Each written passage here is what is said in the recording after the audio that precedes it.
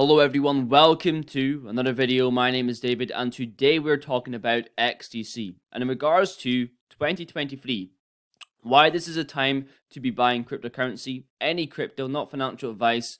And when crypto is an all-time low, right? Sentiment is an all-time low. Prices are all-time low. It's being called a scam. Funnily enough, only when it's in a bear market. In regards to regulations going forward, a lot of stuff going on in 2023, MLTR, electronic trade documents bill, and trade finance. What are the three trends that will drive trade finance in 2023? What to expect? Also going over briefly, why did TradeLens fail? Why is it discontinued, right? And why is trade tech with XDC going to succeed? Realize Zinfin is solving these transaction efficiencies at a global scale and addressing the equity gap within trade finance, enabling financiers, beneficiaries to tokenize and connect transactions all across the globe.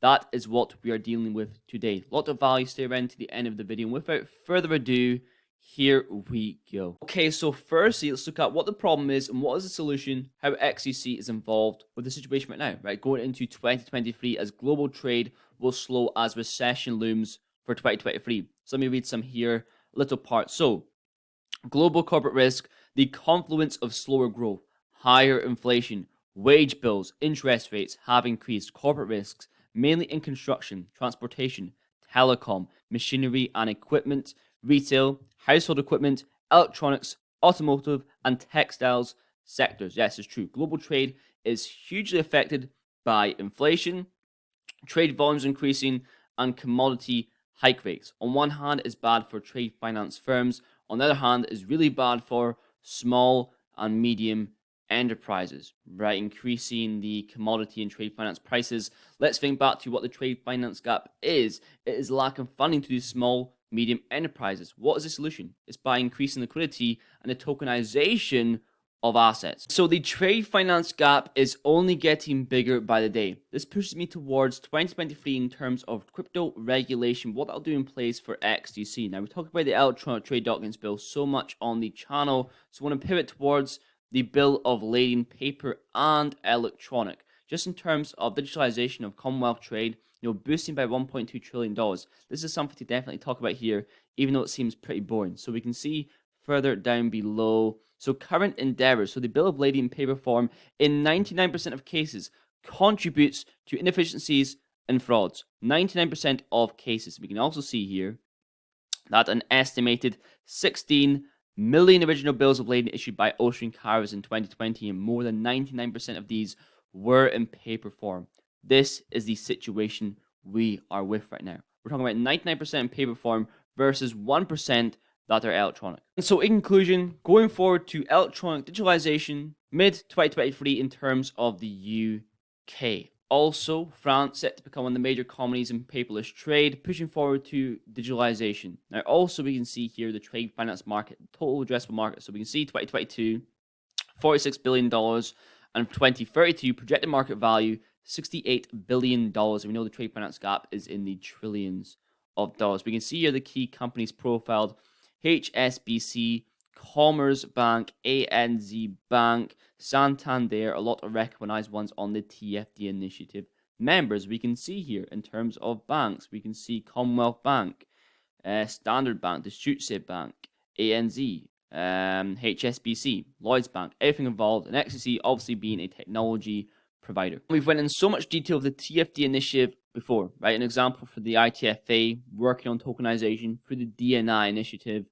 for example, the digitalization of a promissory note, right? Promissory note, electronic bill of lading, everything involved. We can see here also the three trends that will drive trade finance in 2023, which pushes me towards TradeLens because it's mentioned in this article by Forbes. So we can see here there is still huge opportunities to digitize trade finance. Is heavily reliant on paper, manual processes that are in place. For example, we can see here the electronic bill of lading would save $6.5 billion in direct costs, enable $40 billion in global trade. But we can see here a small percentage of bill of ladings are currently digital, which represents a huge upside opportunity. However, the recent closure of TradeLens, an electronic bill of lading platform, highlights the challenges of collaboration between big corporations and the industry. Yes, this failed, was discontinued back in November 2022. Okay, so first, let's look at the actual importance of documents, right, when it comes to the electronic bill of lading. So, for example, we can see here, so in October, the UK introduced a bill to Parliament that would provide ambiguous legal backing for digital trade documents under English law, something that they did not have and which had been a major inhibitor in this space. Yes, referring to the Electronic Trade Documents Bill.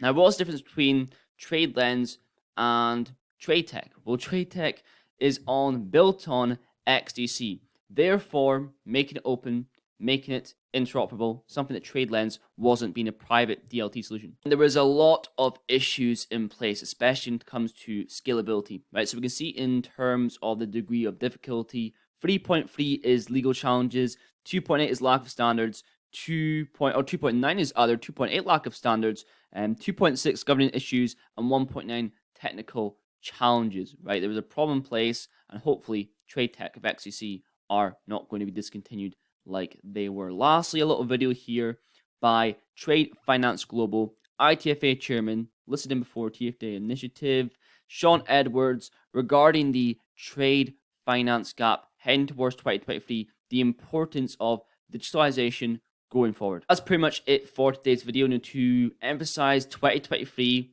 illustrating TradeLens, a big reason why they failed is because of lack of standards, right? Lack of clarity, legal challenges, the Electronic Trade Documents Bill not being in place, waiting for that, going in effect mid-2023. This is huge for XDC when it comes to the digitalization of trade finance. That is what we are waiting for here. Now, I said in yesterday's video, a laser beam focused on crypto. Seems like we bottomed out. The bad actors leading the space, Celsius, FTX, so on.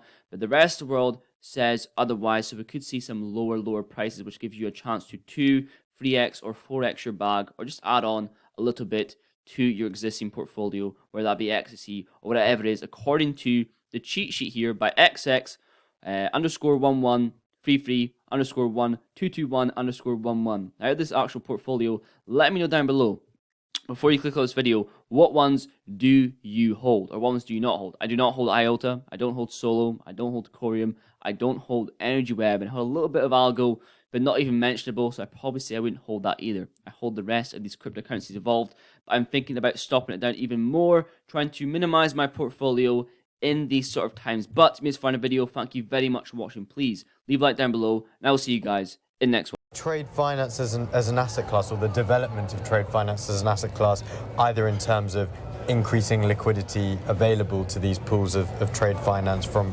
funds, etc., or potentially through the developments we're seeing in terms of tokenization of assets. Do you think there's more to come for that in 2023? Yeah, definitely. That's something that we have been working very hard on. There are only a very small number of funds currently that invest in trade assets, and there's a number of reasons for that. Some are operational, some educational. You know, trade is not one single asset. It's not a loan or a bond. It's a lot of different underlying instruments, and people just don't understand them. But tokenization has that ability to actually smooth the path, smooth out the rough corners, if you like. That's something we're trying to do in our DNI initiative, or Digital Negotiable Instruments initiative, because you take a very simple instrument, you digitize it. I'm talking about, for example, a promissory note. You digitize that, you can then tokenize it. You can then list that on an exchange. There was a very interesting discussion earlier on in one of the panels about, you know, how you prove identity, how you prove trust. Is it done through exchange of keys, public-private keys, or is it through the use of registries? If it's use of registry, is it a public registry, a private registry? Do you have to be a user? So there's a lot of commercial value to be fought over. But people will think about that. We've been talking about potentially creating an exchange for these kinds of instruments.